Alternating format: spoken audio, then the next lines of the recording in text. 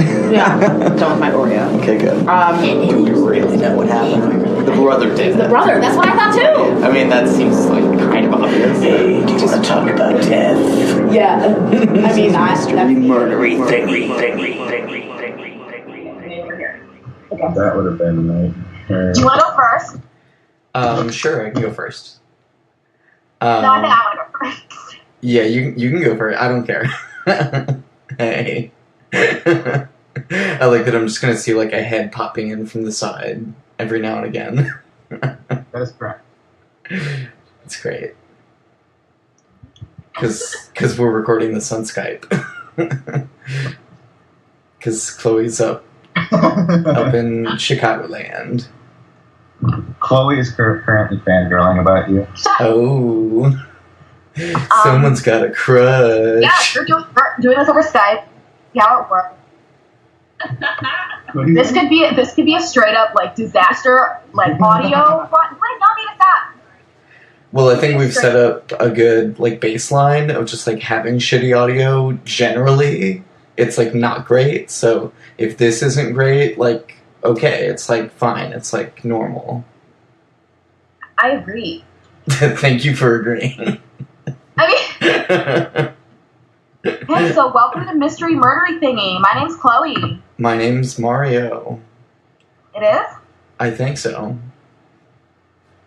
My middle name's Alonzo, but I don't like that. Are you doing a mystery, a murdery, or a thingy? Thingy. Okay, I'm doing a Thingy. I'm doing a thingy, yeah. I already knew that. Yeah, I was gonna do Atlantis. Okay, here's my research journey today. Yes. I was gonna do Atlantis, and then I found out that it was basically a myth written by Plato, so it's no mystery, it's like straight up a myth. And then one of the theories was that it was the Minoans, and so I wanted to talk about the Minoans, but the Minoans were just blown up by a volcano. But so they were really cool. That's not a mystery either. But they were really cool. Yeah, but there's no mystery. Yeah. So there's no substance there. Yeah, you could have found a mystery. Whatever. Anyway, keep telling your story. Sorry. So I found something freaking crazy. Nice. It is called the Bélmez Faces. Oh, that sounds very strange. Yeah, it's okay. It's paranormal. It's some like weird ghosty shit. Ooh. Are you excited? I'm excited. Oh no. Marissa says she doesn't fuck with ghosts. Yeah. Alright. We've also got an starting. audience. Yeah. Yeah, we do have an audience. Okay, go. No, you guys are the audience. Oh yeah, Marissa was like, oh cool. Like, Marissa's like, I'm on stage. I've got an audience. Like, no, you're the audience.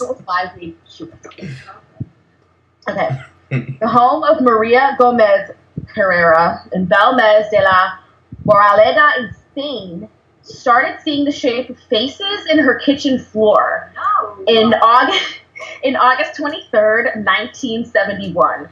So it started out as like weird stains, and then it eventually developed into faces. And then it started to like, even people claim that the faces also moved positions and weird shit like that. Marissa has a question. Okay, go. Sorry, this just reminded me. But my question is, what type of floors did she have? What type of floors did she have?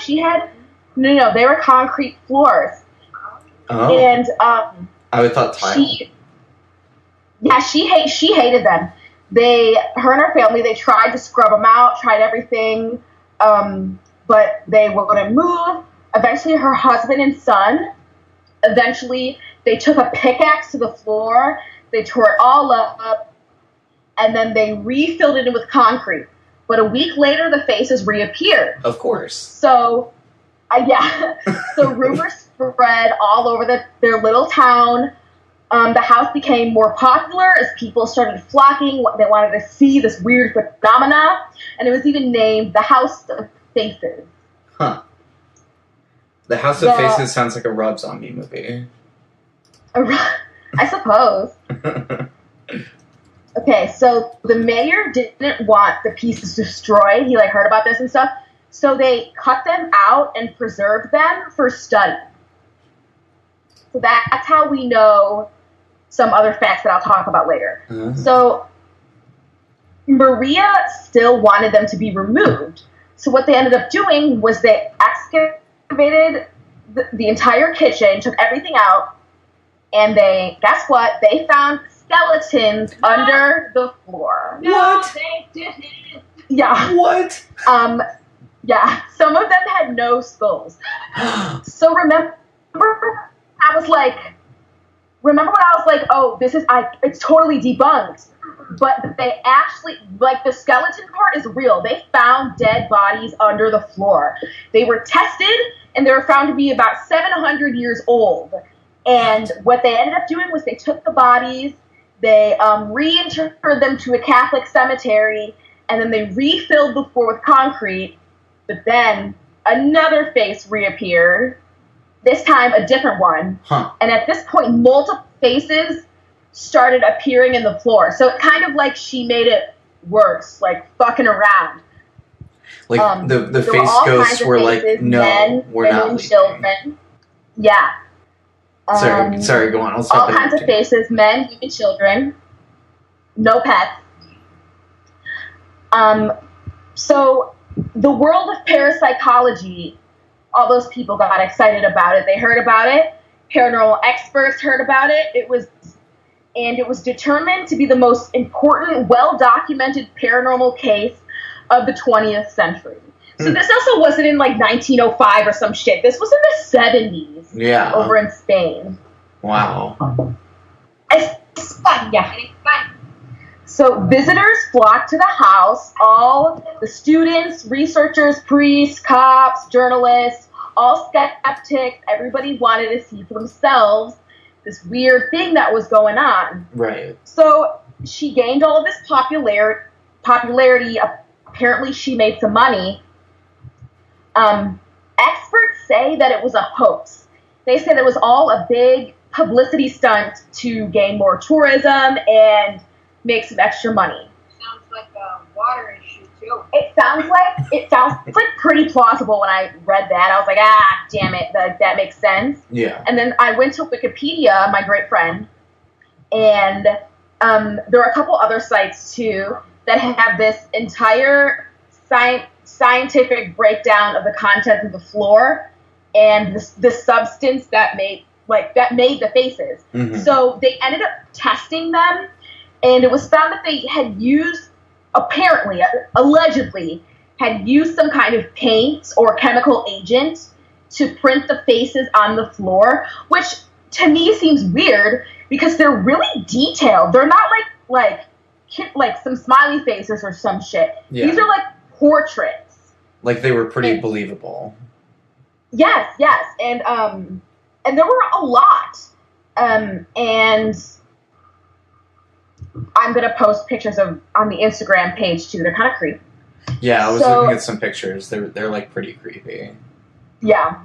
So an expert named Manuel Carballal stated that the results of the Instituto de Cerámica y Vidrios, ICV, it was a chemical analysis that proved that there was paint there, but it didn't prove that was the base material and that was what was actually used, because it was also a floor, it had been painted and stuff. Okay. So it was a lot of the chemical analyses that were found were inconclusive, and this is what I also found was pretty interesting.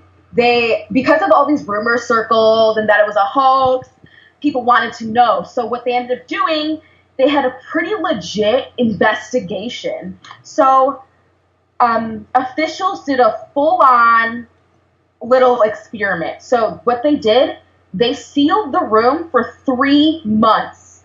Investigators and TV crew were there. They made it so there was no way to get in, and if someone were to tamper with the floor, they would know. Okay. There was you would know if someone was breaking in there. Right, right. And there were people there all the time. So the faces that had been there before, once they reopened the room, had moved and they changed. There were different faces than they were before when they sealed the room off. What? And this Explain is that like bullshit. This is like on camera. I mean, this is like they filmed it, they go away, they leave it for 3 months, they film it again, and it's different. Well, they didn't film inside the room. Oh. That's Okay. what's also kind of like, I guess you could poke some holes in there. Because we just kind of have to take it on their word that it was different. I guess. Yeah, I suppose. But if there was also people visiting it, but you weren't allowed to, like, go in there, so. Right. Like, so it was truly that nobody was in there. Nobody could go in there. It was probably ghosts, So, I think. Ghost painters. These ghosts were very, like, artistic. I appreciate that. There's another theory, though, called thoughtography. This is pretty fucked. That sounds super fucking made up. So thoughtography. Shut up! It does. Thoughtography is the idea that one can create images into an object with their mind. Oh my god. I just thought of this Oh my super great thing. Oh my god, it's right there. So, the idea is that some people are able Bullshit. to manifest. Bullshit. No, it's real. Shut up. Yeah, it's a lot like telekinesis. Like they're related. So some people are able to manifest their thoughts and emotions into a physical form. So basically, Maria, she could have done it whether she knew she was doing it or not. It could be conscious or subconscious. Yeah, like that's one of the things behind poltergeists, right? Is they think it's like a manifestation of the emotional turmoil. That's what happens with like people going through puberty or whatever. Yeah, it's like a psychic phenomenon. We talked about this before. That's like one of the theories. Puberty. That's like one of the theories behind it. Puberty? Because of the emotional turmoil, the hormones. You get all riled up when you're going through the changes with the glands. So you start throwing glass on the floor with your mind? I don't get it, man. That is exactly it. Yep. Step 1, step 2. Makes perfect sense. So back to the thoughtography. Believers claim that the faces changed with her moods.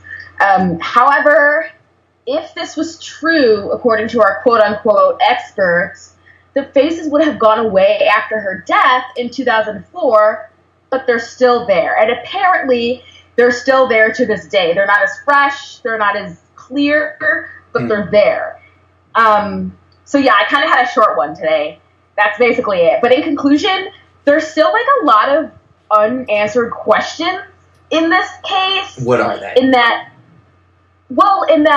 if this was real, and they why would they go through such a process just to get a little bit of 15 minutes of fame? Sure. What was their straight up motive behind that? Also, there were many different faces. They changed all the time, and they were extremely detailed. They weren't like, it didn't seem like somebody could sit on the floor and paint them. Right. And also, it was excavated many times, and they found skeletons. They found fucking bodies under the floor. And that's real. I mean, you know, the skeletons weren't a hoax, right? You know, I mean, they were like real human bodies, right? Well, so one, if it were a hoax, I think it would be more like what happened with what is it, the Amityville horror, right? Where like the family tried to make a whole thing out of it. They made a TV show, like they tried to profit, and like yes, that was definitely a full-on hoax. This doesn't seem like that. This seems like they weren't into it in that same way. So that, I think, yeah, sort of leads you away, at least from them doing it as a host.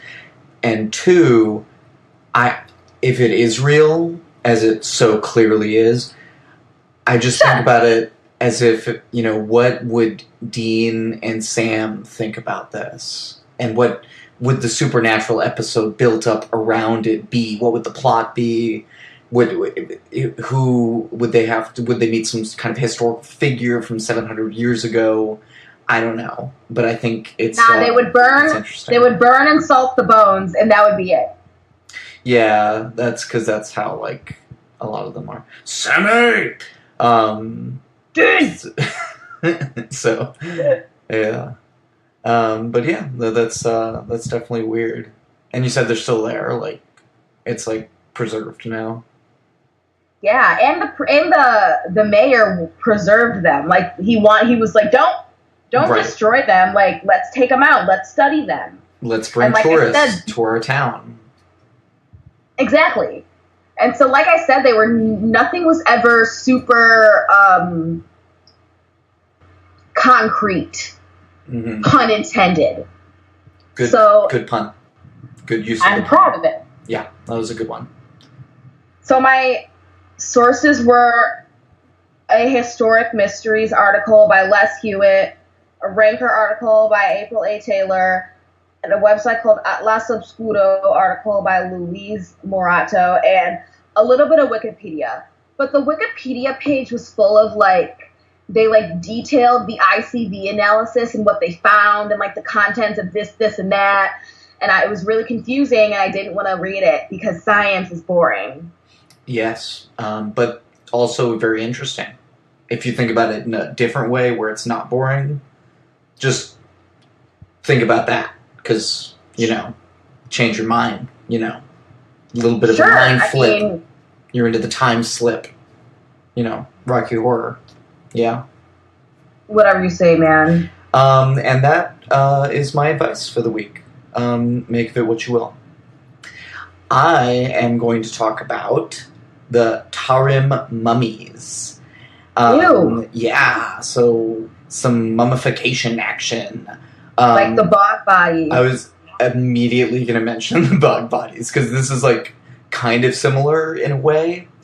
So, the Tarim mummies, they're, these group of, extremely well-preserved mummies that were created through a natural process, like the bog bodies, but this time in the desert. So, this is in what's called the Taklamakan Desert in the Tarim Basin, which is modern Xinjiang province, China. So this is the northwest part of China, Central Asia. Oh. And it's a really, really dry desert. It's actually, I saw in one source, the farthest point from the sea that you could get on Earth. Because this is that area where it's between, China and Europe and Russia, and it's just this huge fucking landmass, and it's thousands of miles away from the ocean. So there's a lack of moisture, and also an alkaline, the sand is alkaline, and apparently those things in combination made it possible to have these super, super well-preserved mummies. One of them even has the eyelashes intact. That's how well these fucking things are preserved. Better than the bog bodies. Way better than the Egyptian mummies. But like I said, these weren't done intentionally. These were a natural phenomenon kind of thing. Oh, so they weren't... the mummies in Egypt, they were done, it was some kind of surgery. That was intentional. These ones were just there? Exactly. The mummies in Egypt, they even, had the process where they would take out the organs, they would put them into little casks, they would switch out, the fluids in the body to embalm the body. They had this whole, elaborate process they would go through. With these mummies, what they would do is they would paint their faces. Sometimes they would leave them with some, ceremonial belongings for the afterlife or whatever. But they would just be put in what's called a dolmen, which is, I guess, this, it's a stone structure. So you just have, big stones on each side, and then a big stone over top of it, and you kind of, fill it in with sod and stuff. But it's just, a little, makeshift tomb. And these are actually found mostly in Britain and France. They're kind of a Celtic kind of thing. But they're also found in central China. or in Central Asia, like Northwest China, but like 3,000 years ago. So that's like the mystery of these things, right? That there are some of these mummies that are clearly, we know through like stuff like that, and also DNA analysis, that these are European people, that these are like probably Celtic people, but they're found like thousands of miles away from where you would expect, in a part of the world that we did not know that they had gotten to at that time, and we're not like totally sure how that actually even happened. So that's like kind of the big like mystery with this one. So I'm going to talk first about this particular one called Chershin Man. And I'm not really sure how to say that. If it's like Chershin Man or Chershin Man, I don't really know. But he was from about 1000 BCE, so about 3,000 years ago. And his clothing and like his appearance all made him seem like, you know, like a Celtic person. Like, he was wearing these, like, leggings that had, like, a tartan pattern on them. And he had red hair, he was about 6 feet tall, and he was wearing a red twill tunic.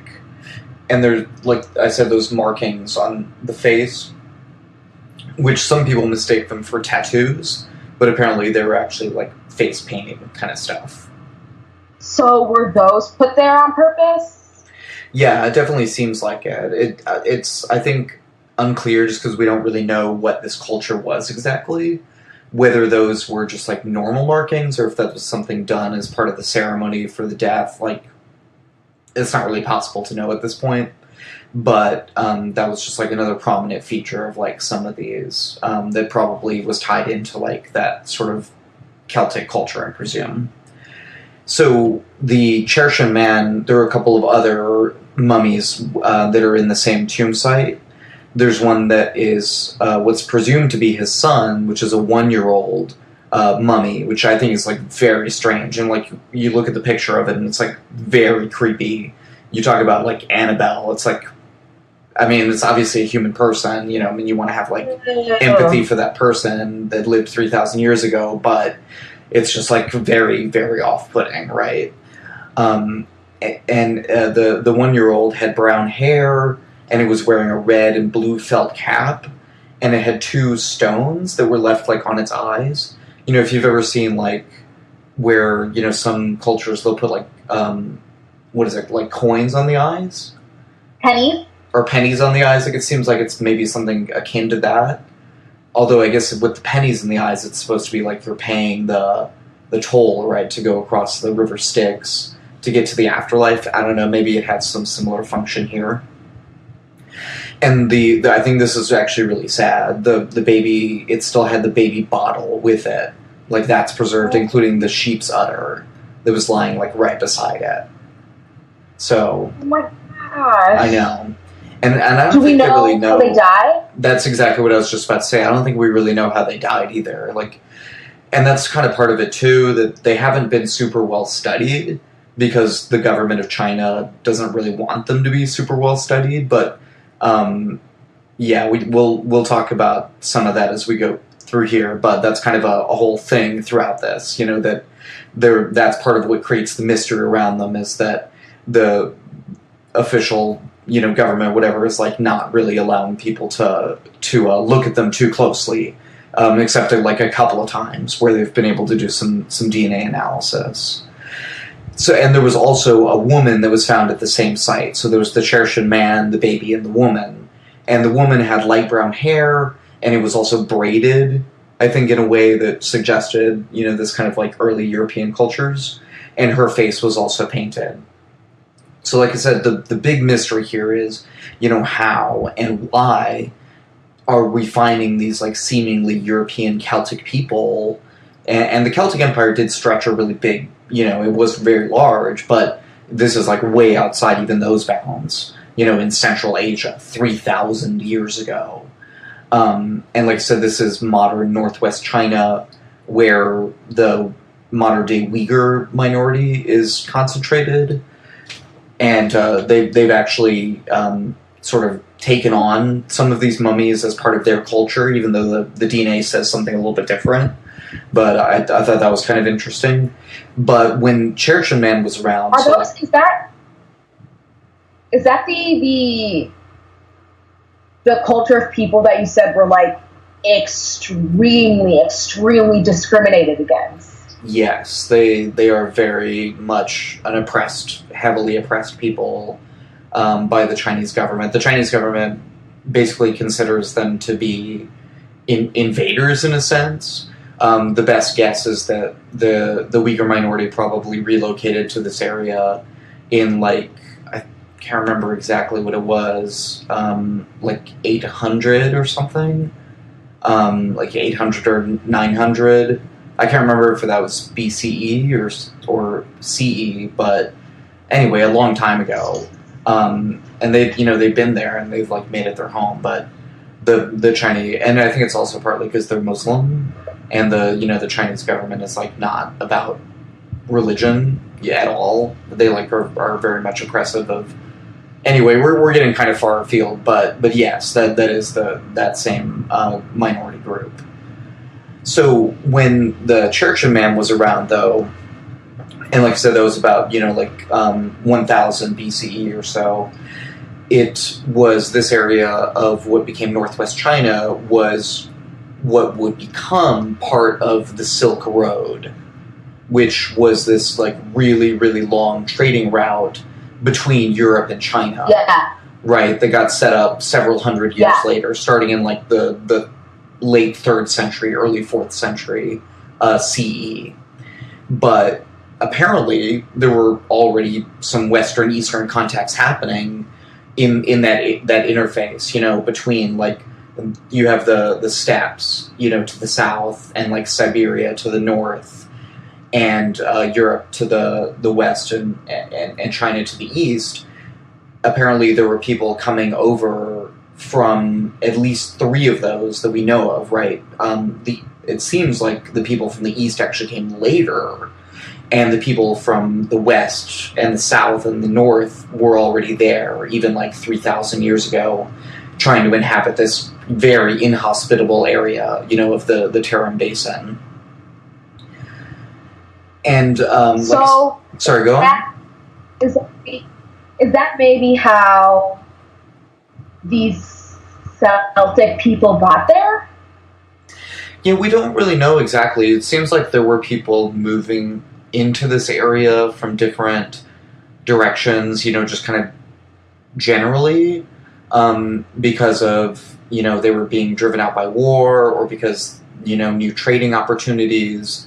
Apparently there were these pretty extensive city-states in some of the different oases around the Tarim Basin, around the Taklamakan Desert, because there are these kind of like pockets of water, especially around like the edge, and that's like where the Silk Road was built up.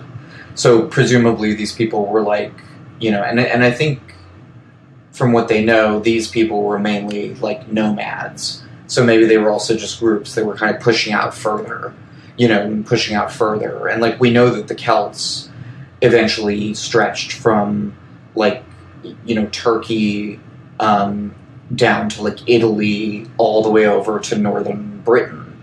So we know that this was like a very mobile culture in general. So at this point I don't know that there's enough evidence to really say like how it happened or why it happened exactly, why they're there, but that's like my, I don't know, presumptions, random thoughts, meandering musings of some sort, what was I talking about? Oh yeah. Okay, so like I said before, there were a couple of DNA analyses done, and those definitively showed that these people shared both Western and Eastern heritage. So, these weren't probably like the people who came over, 'cause, I mean, that wouldn't really make sense in that ancient context anyway, right? Who literally, like, these weren't literally the people who came over from Europe, but these were their, like, fairly close descendants. And they showed that through especially the mitochondrial DNA, which is that type that's only passed through the mother's line. And there were also some ancient Chinese texts that talk about these, like, historical figures who were, like, very tall, who had like these deep set blue or green eyes that had like long noses and full like beards with red or blonde hair, like what sounds more like European, kind of type people. And originally, scholars had been like very skeptical of these, like, oh, these are just kind of like made up or whatever, or they're fakes, whatever. But now that the physical evidence is kind of matching up with what is there, I think they're gaining more kind of credence. So we're I guess finding out that there may have been more fluid contacts between Europe and China in the ancient times, than we probably would have thought at least I thought were possible, before kind of looking into this a little bit. And I just wanted to talk about another few of these mummies, just to mention them. And one of them is called Lulan Beauty. She's actually a little bit older. She's about 4,000 years old. And she had like long flowing hair, and she looks very Nordic.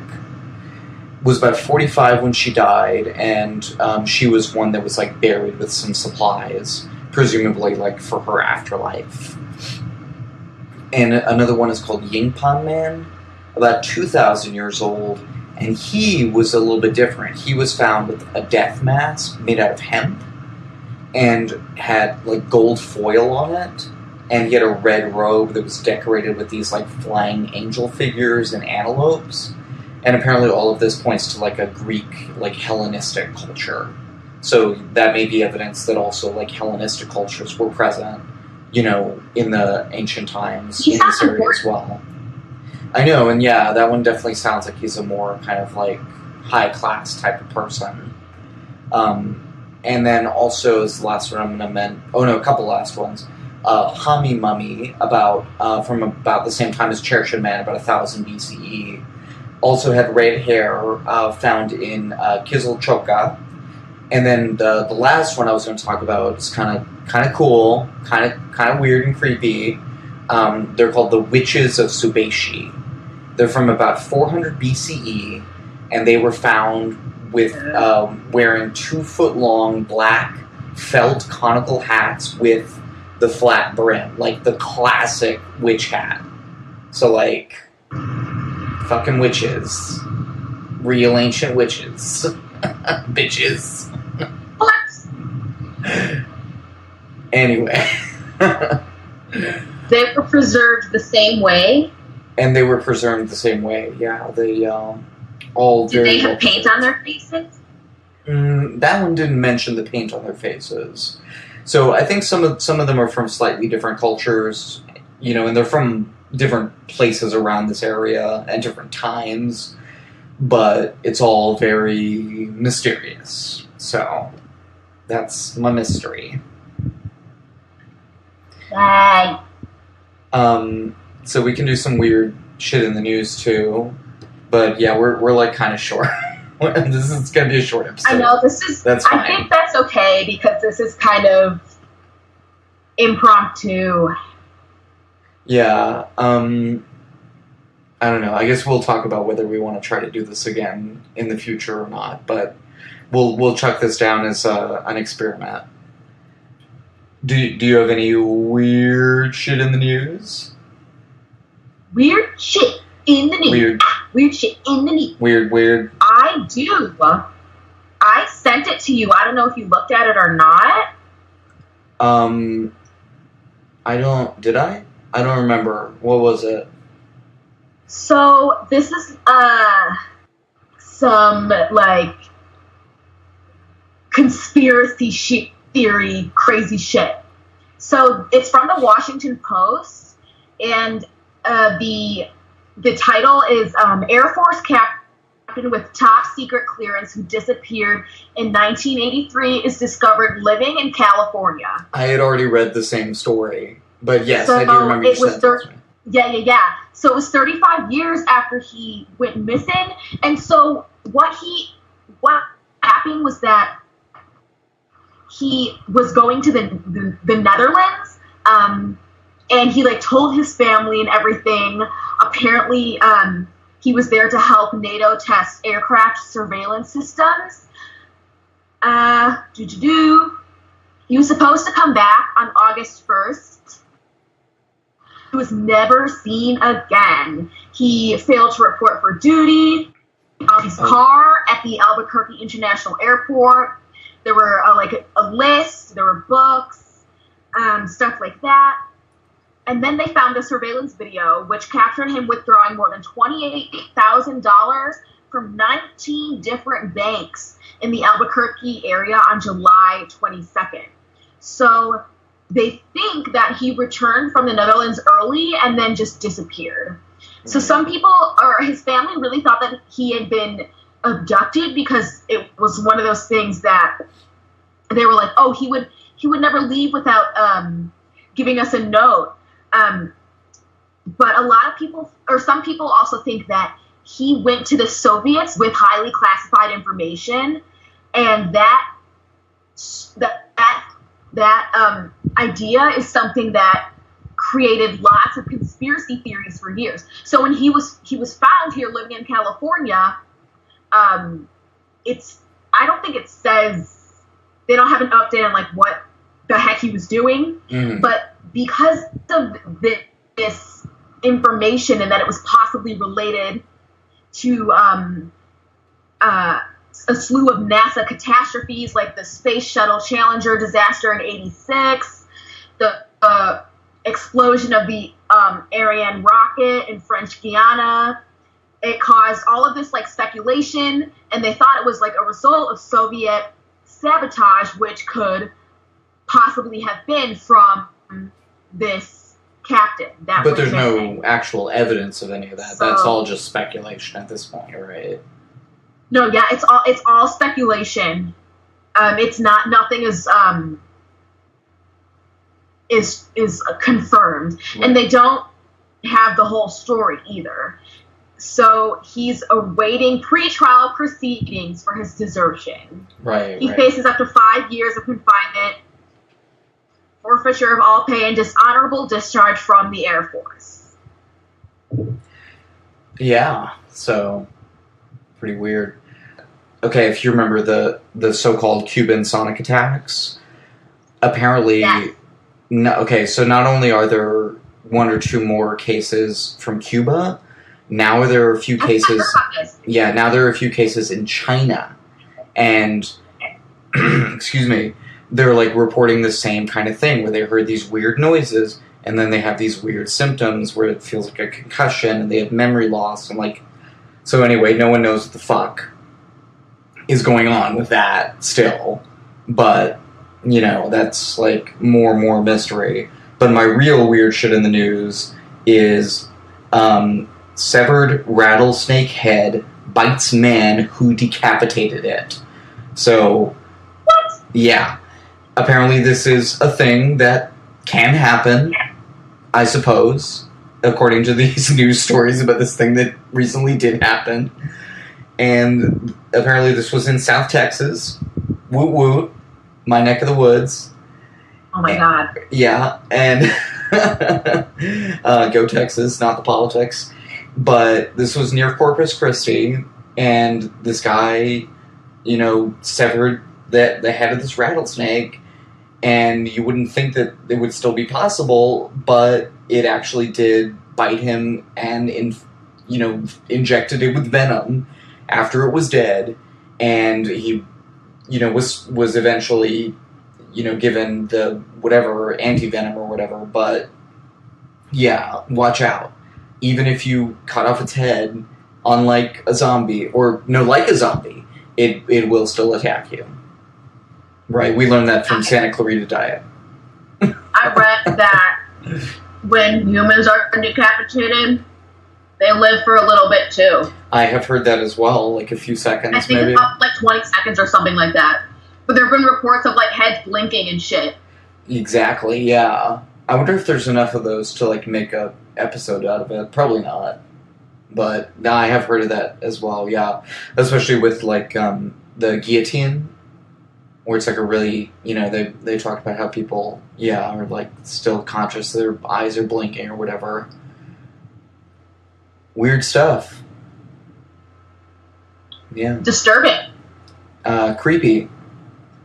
Yeah. morbid Mystery. thingies. Anything else? Did our guests abandon us, I suppose? Did they want to say anything? Yeah, someone had to give someone a ride home. Oh, I see. I see. I still got some rosé, got some Cheez-Its. Sounds like a good time. Gonna be a good night. Yeah, I can see your. And I hope everybody listening has a good night as well. I hope that everyone listening has a good night as well. I couldn't think of anything funny to say. I hope that. Oh. I hope the stars align for everyone who wants to fall in love. I hope everyone has a great night. Nice. Rob Valdez, he's single. He's pretty cute. What's his Twitter handle? I don't have one. What's his home phone number?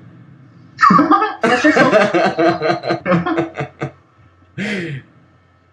Are we is that it? Are we gonna do anything else? Signing out, dude.